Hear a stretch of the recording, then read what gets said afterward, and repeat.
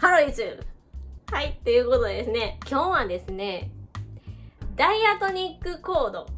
について、シェア発表しようと思います。ということでね、ちょっとね、ついに来ましたね、この回が。というのも、私のチャンネルを見ていただいている方は、もうちょっとご存知かもしれないですけど、ちょっとやっぱり、理論ってちょっとやっぱ、私頭悪いんで、ちょっと理論がね、ちょっとあれなんですけど、でもね、ちょっとね、ちょっと避けては通れなかったんで、ちょっとダイアトニックコードについては、ちょっと待って、お米が炊けましたということで、ソラシドレ。そう、避けては通れないんですよ。だからね、このアホでも避けて通れないって言ってるんで、みんな賢いと思うんで、それをもう避けて通れないということでね、ちょっと腹をくくっていただくということで、その避けては通れないっていうのは、言ったら、私のチャンネルって、だいたい、ジャズどうやったらアドリブかっこよくなるかみたいな、そういう話、ちょっと要してると思うんですけど、ちょっとこれはね、アドリブやるってなったら、もうちょっとこれ、ちょっと大事なんで、ちょっとこれはね、ちょっと、ちょっとやっていただきたいという、そんな感じですね。私は、理論って結局、感覚的にこれかっこいいけど、これなんでやろうな、みたいな部分を、理論で、ちょんって補って、だからかっこいいんか、みたいな、ある意味感覚的なものがあった上で、それはこういう理屈やからなんやって、そういう理論があると、安心しませんか？だからかっこいいんや、みたいな。理論が先に来てて、んで、演奏するって、なんていうのかな、その雰囲気出ないですよね。だから理論的にやってても、それで、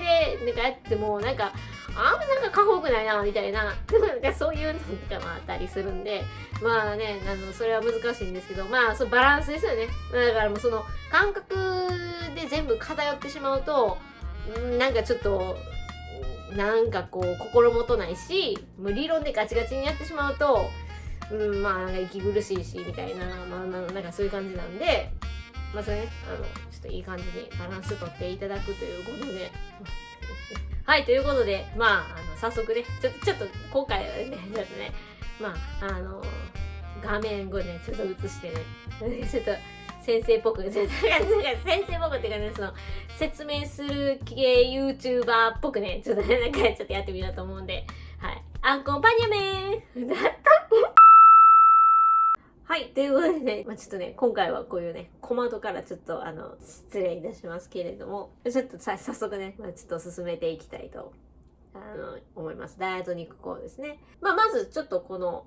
画面見ていただきたいんですけど、これ今、ドレミファソラシですね。これ、C メジャースケールですよね。これは、わかるじゃないですか。今回、今から話すのは、キーは C メジャー。キーは何なのかっていうのを、ちょっとこれ大事なんで、ちょっと覚えていただくということで、そのダイアトニックコードって、何なのかって言ったら、このスケールの、この音だけで、構成されてるコードのことなんですよね。どういうことかっていうと、次。はい。今これ音4つ重なってるじゃないですか。これ全部 C メジャーのスケールの音の中から作ってる、コードなんですけど、例えば一番初めのやつやったら、ドミソシ、次レファラド、次ミソシレ、ファラドミ、ソシレファ、ラドミソ、シレファラ。こうなってますよね。で、この一番下の音が、ルートの音になるんですけど、一番下の音を見ていただくと、ドレミファソラシってなってますよね。これ例えば一番最初のドミソシだったら、ドから数えて、一個飛ばしで音を積んでってるんですよね。ドレミファソラシみたいな感じでね。ちょっとあれですけど、次のやつは、レファラドじゃないですか。これ、レから数えて、一個飛ばしで音を積んでってるんですよね。レミファソラシドですね。ちょっとこんな感じで説明してる人はあんまいないと思うんですけど、でもそういうことなんですよね。で、さっきそのダイアトニックコードって、そのスケールの音だけで構成されてるって言ったと思うんですけど、コードネームがそれぞれ、あるんですけど、それがこちら。はい。一番初めの、これ、ドミソ C は C メジャーセブンス。次は D マイナーセブンス。で、E マイナーセブンス。F メジャーセブンス。G7。A マイナーセブンス。B マイナーセブン。フラット5。という、ことなんですね。これがなんで、C メジャーセブンスなんかとか、D マイナーセブンスなんかっていう、そういうコードの読み方の話については、ちょっと今日は、はしょります。ちょっとそれを言うとちょっと話それちゃうんで。ちょっとね、ピアノでね、ちょっと弾いてみようと思うんで、C メジャーセブンス、D マイナーセブンス、E マイナーセブンス、F メジャーセブンス、G7、A マイナーセブンス、B マイナーセブンス、フラット5。ということでね、これは響きも絶対覚えていただきたいんですけど、多分これを見てくれてはる人って、サックスやってる人多いと思うんですけど、なんかサックスで、ドミソシって、単音楽器やから、なんかドミソシって吹いたりってなんかあると思うんですけど、なんかそういうことじゃないんですよね。ちゃんとピアノとかで、ドミソシって和音で押せる楽器で、コードの響きとかを確認してほしいんですね。自分で弾いてちょっとなんかコードをなんか耳でなんか感覚的に覚えるみたいなことをやってほしいなって思うんですよね。ということで、次。これがね、ごめんなさいね、ダイアトニックコードということなんですけど、これに、ちょっと数字をつけました。それがこちらですね。1、2、3、4、5、6、7ですね。これアラビア数字って言うんですかね。これ、ちょっとね、音楽理論ではよく出てくるんで、覚えといた方がいいですね。私はちょっと覚えてないんですけどね。1、2、3、5は覚えてるんですけど、ちょっと4、6、7はね、ちょっと、どうやったっけってもあるんですけど、これはもうその難しい話じゃなくて、単純にその左から1、2、3、4って数字振ってるだけの話なんですけど、ここでちょっと覚えていただきたいのが、このメジャーセブンスとか、マイナーセブンスとか、ルートの音じゃないそのコードの部分、ここって違うキーになっても変わらないんですよね。なので、次、これですよ。はい。この赤文字で書いてんの。一度メジャーセブンスって言うんですよね。で、二度マイナーセブンス、三度マイナーセブンスっていう風に、数字の後にメジャーセブンスってついてるじゃないですか。こういう言い方をするんですよね。これ、ちょっとこの赤文字はね、なんとなく覚えていただくと、いいんじゃないかなって、思いますね。これが結局ダイアトニックコードのなんていうんかな。ある意味公式みたいな感じなんで、公式ですよね。でも、公式みたいな感じ。XY みたいな。ちょっと違うかな。次、F メジャーのキーでダイアトニックコードをちょっと考えてみるんですけど、F メジャーのダイアトニックコードはこちらです。はい。ファラドミ、ソシレファ、ラドミソ、シレファラドミソシレファドミソシレってね、一番最初にフラットついてますよね。F メジャーのダイアトニックコードなんです。ってなると、このダイアトニックコードの、公式って言いましたけど、これね、ちょっと用意するとこういう感じですね。1度メジャーセブンス、2度マイナーセブンス、3度マイナーセブンスっていう感じになるわけじゃないですか。で、実際その1、2みたいなところに、数字のところに、その音を入れ替えると、こういう感じですね。